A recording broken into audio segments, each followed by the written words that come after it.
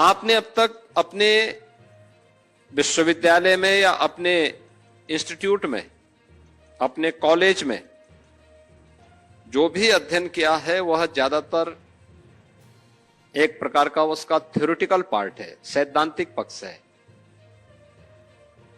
जब आप किसी उस फील्ड से जुड़ी हुई इंडस्ट्री के साथ जुड़ते हैं तो वह आपको उसके व्यवहारिक ज्ञान के साथ, उसके प्रैक्टिकल के साथ जोड़ती है कि दैनिक जीवन में जो कुछ आप अपने क्लासरूम में पढ़ते हैं, जो आपने लैब्स में आपने देखा है, वास्तविक धरातल उसका क्या है, इंडस्ट्री उसके लिए किस प्रकार के प्लेटफॉर्म आपको उपलब्ध कराती है और आगे की आपकी चैलेंजेस क्या हैं, इन सब से आपको रूबरू करने का एक अवसर देता है। इसलिए इस प्रकार की इनोवेशन कैंपस अत्यंत सराहनीय प्रयास है। मैं इसके लिए दीनदयाल उपाध्याय गोरखपुर विश्वविद्यालय को और सैमसंग इंडिया को हृदय से धन्यवाद देता हूं कि उन्होंने इस प्रयास को आगे बढ़ाया है। और उत्तर प्रदेश के 3500 हमारे युवा छात्र जो इस फील्ड में आगे बढ़ना चाहते हैं, उनके लिए एक नया भविष्य आगे बढ़ाया है। सैमसंग यह भारत ही नहीं, दुनिया की सबसे बड़ी मोबाइल फोन बनाने वाली कंपनी है और सबसे ज्यादा मोबाइल फोन ये लोग उत्तर प्रदेश के अंदर ही बनाते हैं, नोएडा में।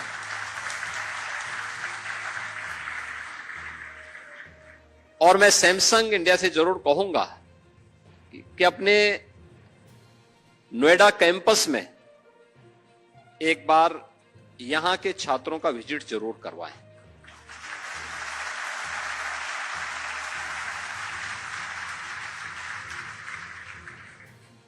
मुझे याद है 2017 में जब मैं मुख्यमंत्री बना था, तब सैमसंग उससे पहले की स्थिति से बहुत आहत था। ये लगभग अपने कैंपस को बाइंड अप करने की तैयारी कर रहे थे कि हम लोग यहां से अब जाएंगे। और जब मैं आया था तो मैंने उसी समय मार्च 2017 में सैमसंग इंडिया के अधिकारियों को बुलाया। मैंने कहा भी आप चिंता मत करिए, अपना कार्य प्रारंभ करिए। और मैंने अपने उस समय के औद्योगिक विकास मंत्री को कहा कि भाई आप जाइए, इनकी जितनी भी समस्याएं हैं उनका समाधान करिए और अगले 1 सप्ताह के अंदर प्रयास होना चाहिए कि सैमसंग अपना निर्माण कार्य प्रारंभ कर ले। और 2018 में मुझे याद है तब प्रधानमंत्री मोदी जी ने और प्रेसिडेंट मून ने सैमसंग इंडिया के इस मोबाइल फोन निर्माण की सबसे बड़ी फैक्ट्री का उद्घाटन करने के लिए स्वयं 2 राष्ट्राध्यक्ष नोएडा में पहुंचे थे और उन्होंने इस फैक्ट्री का उद्घाटन किया था, जो आज दुनिया की 55% मोबाइल फोन निर्माण के लिए आज उत्तर प्रदेश जाना जा रहा है। उत्तर प्रदेश में भारत के 55% मोबाइल फोन बन रहे हैं। 60% से मोबाइल फोन के कंपोनेंट का निर्माण भी, उसका प्रोडक्शन भी यूपी के अंदर हो रहा है और उसमें सैमसंग इंडिया की सबसे बड़ी भूमिका है। बल्कि भारत का पहले डिस्प्ले यूनिट, जो आपका मोबाइल फोन की स्क्रीन होती है, ये जितनी बड़ी होगी उसकी वैल्यू उतनी ज्यादा होगी। और कोरोना कालखंड में सैमसंग उसे चीन से भारत में और भारत में भी उन्होंने यूपी में अपना वो निवेश किया है, जो अब सफलतापूर्वक अपना प्रोडक्शन प्रारंभ कर चुका है। मुझे अच्छा लगा यहां पर सैमसंग इनोवेशन कैंपस में जो ये प्रशिक्षण दिया गया, जो ये ट्रेनिंग हुई है, ये वास्तव में मॉडर्न कोर्सेज के, जो न्यू एज कोर्सेज हैं, उनके साथ किया गया। आर्टिफिशियल इंटेलिजेंस का,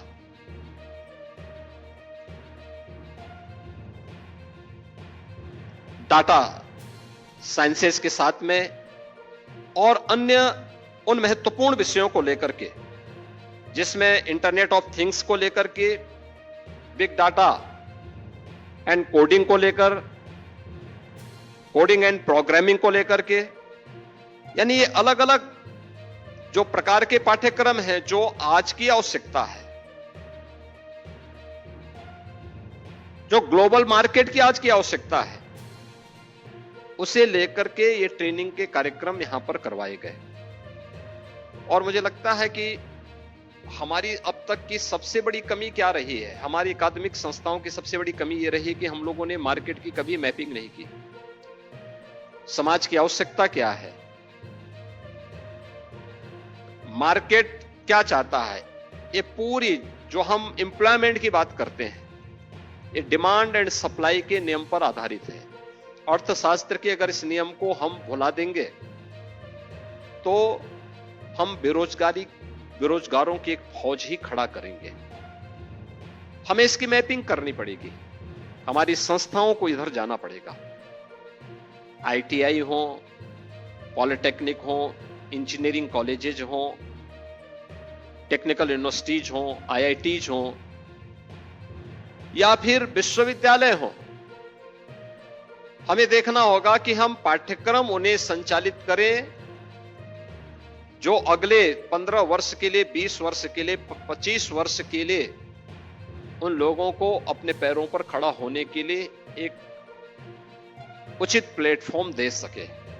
और इसके लिए समय समय पर संस्थाओं के द्वारा उस प्रकार की मैपिंग कराना, सर्वे कराना, जहां पे हमारी संस्था है वहां के लोकल क्षेत्र की, उस रीजन की, देश की, दुनिया की, और फिर उस मैपिंग के अनुरूप पाठ्यक्रम को भी तैयार करना है। अगर हम ये नहीं तैयार करेंगे तो हम लोग फिर पिछड़ जाएंगे। हम पिछड़े क्यों? पिछड़ने के पीछे यही कारण था, हम अभी भी वही रटे रटाए बातों को लेकर के आज भी चल रहे हैं, घिसी पिटी बातों को लेकर के आज भी चल रहे हैं। परिणाम क्या होता है कि हमारे यहां से जो लड़का जाता है, दुनिया में जिसको लोगों ने आउट ऑफ डेट कर दिया है, उसको हम पाठ्यक्रम का हिस्सा आज बनाते हैं। इसका मतलब वहां से निकला हुआ छात्र कोई सर्टिफिकेट या डिप्लोमा या डिग्री लेकर के जाएगा तो अब बाजार में ऐसे खड़ा रहेगा, उसी लाइन पे खड़ा होगा जैसे चौराहे पर कोई मजदूर जाता है, खड़ा होता है, कहीं से आवाज आएगी कि भाई हमें एक मजदूर चाहिए, वो बेचारा आवाज लगा के हाथ उठा के कहता मैं भी आऊं, मैं काम करना चाहता हूं। नहीं, कैंपस में इसका सिलेक्शन हो, कैंपस में ही ट्रेनिंग के दौरान हम उसको इस बात की गारंटी दे सकें, या फिर वो स्वयं का स्टार्टअप स्थापित कर सके कि हां मैं भी अपने पैरों पर खड़ा होऊंगा। और आत्मनिर्भर भारत की परिकल्पना तब साकार होगी जब हम उसके अनुरूप पाठ्यक्रम के साथ उसको जोड़ने का कार्य करेंगे। मार्केट की डिमांड के अनुसार हम उस मैपिंग के अनुसार डिमांड और उस डिमांड की सप्लाई के लिए उस प्रकार के पाठ्यक्रम, डिग्री, डिप्लोमा और सर्टिफिकेट के कोर्सेज हम प्रारंभ कर सकेंगे। तब इस व्यवस्था को हम आगे बढ़ाने में सफल होंगे। आज बहुत सारे कार्यक्रम इस दिशा में प्रारंभ हुए हैं। हमने यूपी के अंदर एक कार्यक्रम प्रारंभ किया है, एक कि फाइनल ईयर के जो भी बच्चे हों, हमारा प्रयास होना चाहिए कि उनका जो प्रोजेक्ट वर्क हो फाइनल ईयर का, उसको हम इंटर्नशिप के साथ जोड़ें। उस दौरान हम किसी इंस्टीट्यूशन को किसी इंडस्ट्री के साथ में, किसी अन्य ऐसे डिपार्टमेंट के साथ में उन्हें जोड़ें जो वहां पर उन्हें आगे के लिए एक एक्सपीरियंस दे सके और उस प्रोजेक्ट को बनाने में मदद भी कर सके। और इसके लिए हम लोगों ने व्यवस्था की है कि उस दौरान उस छात्र को जब वह अपना पाठ्यक्रम, सामान्य पाठ्यक्रम पूरा कर चुका हो, प्रोजेक्ट वर्क के लिए उसकी इंटर्नशिप की तैयारी चल रही है, उस दौरान हम उसे एक व्यवस्था देंगे। सीएम इंटर्नशिप स्कीम के अंतर्गत आधा मानदेय गवर्नमेंट देगी और आधा वह संस्था या वह इंडस्ट्री उसको उपलब्ध करवाए।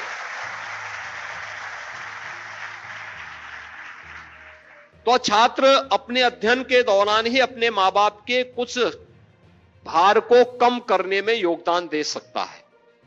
और मुझे लगता है कि छात्र के अंदर भी एक नया उत्साह आएगा अपने पाठ्यक्रम के बारे में। पर ये हर एक फील्ड में हो सकता है। जैसे मैं हमेशा कहता हूं इस बात को ये दीनदयाल उपाध्याय गोरखपुर विश्वविद्यालय है, पूर्वी उत्तर प्रदेश का पुराने विश्वविद्यालयों में इस विश्वविद्यालय का नाम है। और विश्वविद्यालय इतना पुराना है, अगर यहां पे संस्था को किसी सरकार को कोई बड़ा संस्थान खड़ा करना है, कोई बड़ी इंडस्ट्री लगानी हो, कोई बड़ी इन्वेस्टमेंट को, कोई बड़े निवेश को यहां पर लगाना हो, इसके लिए एक होता है वहां के social impact study. Social impact study, मुझे लगता है सोशोलॉजी जिन बच्चों ने पढ़ा है, फाइनल ईयर के बच्चे हैं, और विभाग अगर इसके साथ जुड़े, उसके लिए अपने को प्रैक्टिकल नॉलेज के साथ अपडेट करे, तो वह सोशल इंपैक्ट स्टडी कर सकता है। गवर्नमेंट इसमें हर वर्ष करोड़ों रुपया खर्च करती है। अगर विश्वविद्यालय के पास भी इस प्रकार की कुछ स्टडी हो, वह उसके छात्र इसके साथ जुड़ेंगे, तो विश्वविद्यालय की अतिरिक्त इनकम भी बढ़ेगी और छात्रों को भी कुछ अपने अध्ययन के दौरान कुछ कार्य मिलेगा और उनके एक्सपीरियंस भी, उनके पास एक नया एक्सपीरियंस भी होगा कि सोशल इंपैक्ट स्टडी कैसे होगी। लेकिन जब हम करेंगे ही नहीं, परिणाम क्या होगा? परिणाम होता है कि छात्र जब अपनी डिग्री पूरा करके आगे निकलते हैं, तो ये फिर बेरोजगारों की फौज के साथ खड़े होते हुए दिखाई देते हैं। यह क्षेत्र बाढ़ से हमेशा प्रभावित होता है। क्या हमारा ज्योग्राफी का विभाग उसका अच्छा अध्ययन करके बता सकता है कि इस बाढ़ के कारण क्या हैं और इसका समाधान का रास्ता हम कैसे निकाल सकते हैं? बहुत सारे माध्यम हो सकते हैं, बहुत सारे कारण हो सकते हैं। अलग अलग क्षेत्र के अलग अलग चैलेंजेस होंगे। क्लाइमेट चेंज उसका एक कारण हो सकता है, हिमालय से आने वाली नदियां दूसरा कारण हो सकता है। लेकिन बाढ़ केवल हिमालय से आने वाली नदियों में ही नहीं है, अन्य जगहों पर भी है। लेकिन सबकी अलग अलग विशेषताएं हैं। ज्योग्राफी के तहत उसके छात्र और विभाग बहुत अच्छा अध्ययन करके गवर्नमेंट को अपनी रिपोर्ट दे सकता है और बदले में गवर्नमेंट उसको फीस देगी उसकी, कि हां इस कारण से ये बाढ़ आती है, इसका समाधान करने का ये रास्ते निकल सकते हैं। या फिर वहां के ऐतिहासिक परिप्रेक्ष्य को लेकर के प्राचीन इतिहास विभाग भी अपना कर सकता है। कितनी प्राचीन सभ्यता और संस्कृति है, क्या क्या हमारे पास है, उस पर एक स्टडी विभागों के स्तर पर हो। ये केवल अपने रूटीन के पाठ्यक्रम के साथ ही हम न जुड़े, कुछ नयापन भी करने के लिए हमें तैयार करना होगा। और उस नयापन को करने के लिए ही जब हम नवाचार करते हैं, कोई नयापन लाने का प्रयास करते हैं, लकीर का फकीर से हट करके हम जब कुछ नयापन अपने जीवन में लाने का प्रयास करते हैं, वही नवाचार है, वही इनोवेशन है। और उस इनोवेशन के साथ जुड़ने के लिए आज प्रयास हुआ है। याद रखना, यूपी आने वाले समय में एक बड़े अभियान को आगे बढ़ा रहा है। एक हम लोगों ने यूपी के अंदर एक प्रयास प्रारंभ किया है। जैसे कि मिस्टर पार्क कह रहे थे यहां पे कि आज यूपी की लॉ एंड ऑर्डर की स्थिति बहुत अच्छी है। हम लोगों ने यहां पे इस पे ध्यान दिया। मुझे याद है, सुशासन की पहली शर्त है सुरक्षा। जब व्यक्ति ही सुरक्षित नहीं तो पूंजी कैसे सुरक्षित रह पाएगी? और इसलिए पहली शर्त होती है सुरक्षा की। सरकार ने इस पर बिना किसी टॉलरेंस के हमने इस मुद्दे पर पूरी प्रतिबद्धता के साथ कार्य किया। आज परिणाम हम सबके सामने है। मुझे याद है 2017 में जब सरकार आई थी, तो मैंने उस समय मार्च में हमने शपथ ग्रहण किया था और मैंने 6 महीने के बाद अक्टूबर नवंबर में अपनी टीम से कहा, औद्योगिक विकास के मंत्री को और उस समय के औद्योगिक विकास के आयुक्त को, मैंने कहा भी यूपी के अंदर कुछ निवेश हो, इसके लिए कुछ प्रयास प्रारंभ हो। तो उस समय उन्होंने पहला जो प्रस्ताव मेरे सामने रखा, उन्होंने कहा साहब हम 20,000 करोड़ का निवेश यूपी के अंदर करवाएंगे। मैंने कहा भी यूपी जैसे राज्य के लिए 20,000 करोड़ बहुत छोटी राशि है। तो उन्होंने कहा साहब यूपी में कौन निवेश करेगा? यूपी में कोई नहीं आना चाहता है। यूपी बदनाम राज्य है। यूपी को लोग बैरियर मानते हैं डेवलपमेंट का। तो हमने कभी बैरियर की दीवारों को तो हमने काफी हटाया, ये बैरियर काफी हमने हटाए हैं, बाकी हटाएंगे भी। हमें पॉलिसी तैयार करनी होंगी। लेकिन अगर हम लोग कुछ करेंगे नहीं तो हमारे युवाओं को नौकरी मिलेगी कैसे? कैसे है नौकरी मिलेगी? नए जॉब क्रिएट करने पड़ेंगे, नए नए क्षेत्र चिन्हित करने पड़ेंगे। और उस समय हम लोगों ने प्रयास प्रारंभ किया। आज हमारे पास 27 सेक्टोरियल पॉलिसीज हैं हर एक सेक्टर की, और हर पॉलिसी को हमने इंप्लॉयमेंट के साथ जोड़ा है। हमने अपनी जो औद्योगिक विकास की पॉलिसी बनाई तो उसमें हमने औद्योगिक एवं रोजगार की पॉलिसी नाम उसको दिया। हमने कहा औद्योगिक निवेश होगा, सरकार इंसेंटिव देगी, लेकिन इंसेंटिव के साथ साथ उन्हें रोजगार देने की गारंटी भी हमें देना होगा। किसी भी फील्ड में हमने किया, लगभग 27 हम लोगों ने अब तक पॉलिसीज बनाई है, और किसी भी राज्य में इतनी पॉलिसी नहीं है। एक दूसरा, टेक्नोलॉजी का उपयोग किया गया।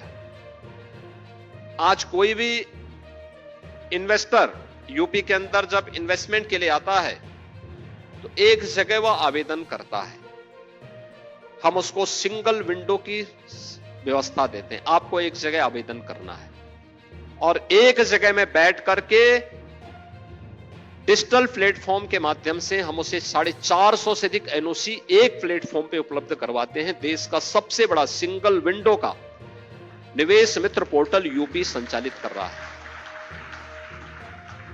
अगर किसी इन्वेस्टर ने हमारे साथ एमओयू कर लिया है तो एमओयू मॉनिटर भी फिर उससे बार बार नहीं जाना है। एमओयू मॉनिटरिंग की भी हमारे पास एक व्यवस्था है। इसको निवेश सारथी के रूप में हमने आगे बढ़ाया है।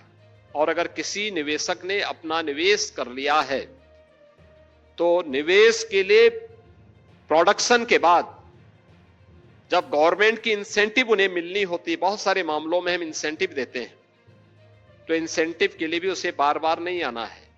इंसेंटिव के लिए भी उसने आवेदन किया, ऑनलाइन वह पैसा उसके खाते में अपने आप पहुंच जाएगा। उसके लिए जाने की आवश्यकता नहीं, सब डीबीटी के माध्यम से उसके खाते में पैसा अपने आप पहुंच जाएगा। ये तीनों प्लेटफॉर्म आज यूपी संचालित कर रहा है।